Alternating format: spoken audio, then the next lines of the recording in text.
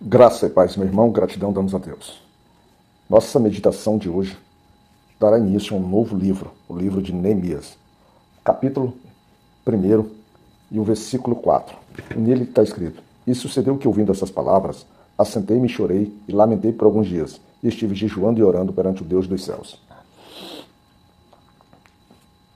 Após o cativeiro babilônico, a primeira leva de judeus a retornar a Judá e a Jerusalém foi comandada por Zorobabel. Logo em seguida nós tivemos a atuação de Esdras, que foi na figura de sacerdote e também de líder político, líder do rei. Mas muita coisa parece que não conseguiu ser feita, apesar de todo o empenho desses, principalmente Esdras ali. Paralelo a isso, um pouco depois, segundo aqui os estudiosos, uns 13 anos depois, aparece novamente um novo homem com intuito no coração para a retomada da mudança de rumo daquele povo. Aparece Neemias. E a história retrata que Neemias ele recebe a visita de um de seus irmãos, conhecido como Anani, e ele manifesta preocupação e interesse pela situação tanto do povo, do povo que saíram do cativeiro, já após eles terem sido liberados, ali a partir do rei Persa, do rei Ciro e os demais reis que vinham sucedendo, quanto da própria cidade de Jerusalém, como ela estava, quais foram os benefícios, quais os atrativos de Jerusalém, após pelo menos uns 100 anos já de movimentação, ou de liberdade, ou de possibilidade de reconstrução. E o cenário parece desolador.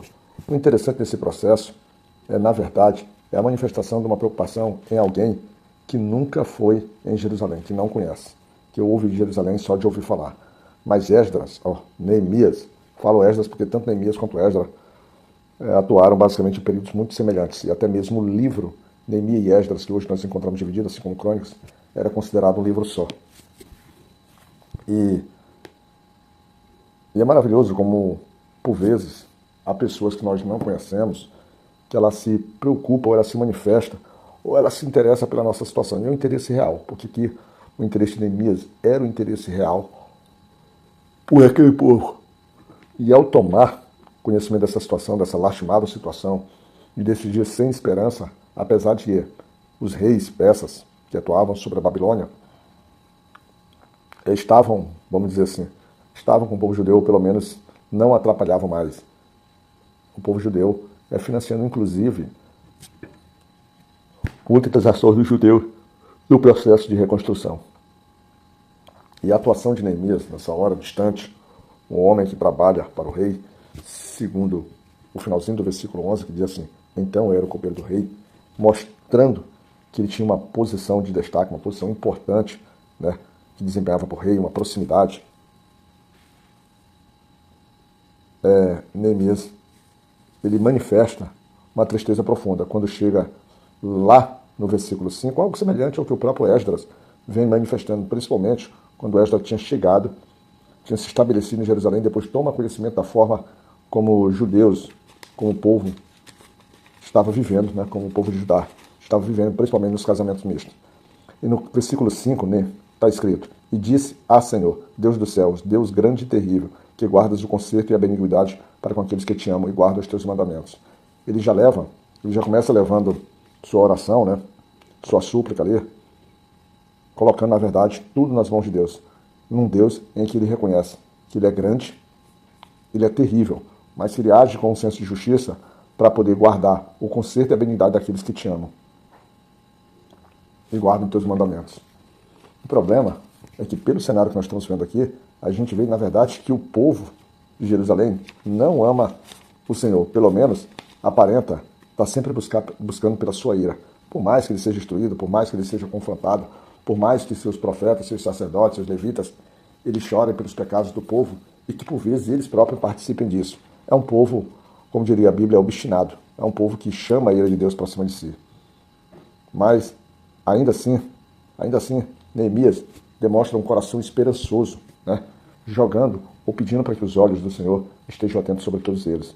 Que não só aquele olhar de ira, mas aquele olhar de compaixão, aquele olhar de um pai, aquele olhar de um Senhor que construiu ou que preparou, ou que criou aquela nação, pudesse estar ainda sobre todos eles.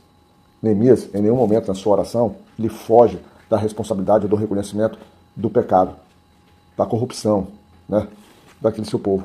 Ele, pelo contrário, ele inclusive, ele se coloca, assim como Esdras havia se colocado, dentro do mesmo pacote. Lá no versículo 7 ele diz assim: de todo nos corrompemos contra ti, e não guardamos os mandamentos, nem os estatutos, nem o juízo que ordenaste a Moisés, teu servo.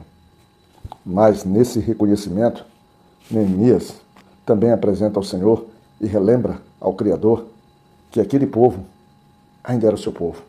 Aquele povo, né?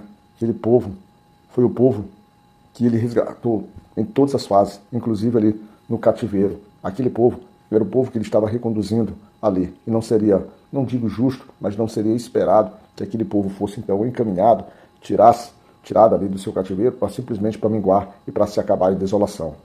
Neemias joga o seu coração e pede para que a força do Senhor, né, e a forte mão dele seja mão de amparo e seja socorro para aquela nação.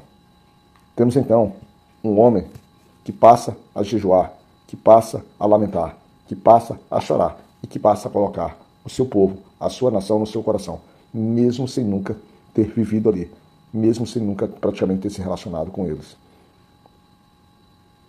Ou pelo menos apenas está ouvindo sobre as histórias do pós-cativeiro, do pós-exílio. E Neemias, então, põe no seu coração a dor e o lamento daquele povo. Aí eu fico me perguntando, quantas vezes a gente está no nosso canto, no nosso dia a dia, e pensamos que estamos completamente abandonados nas nossas dores.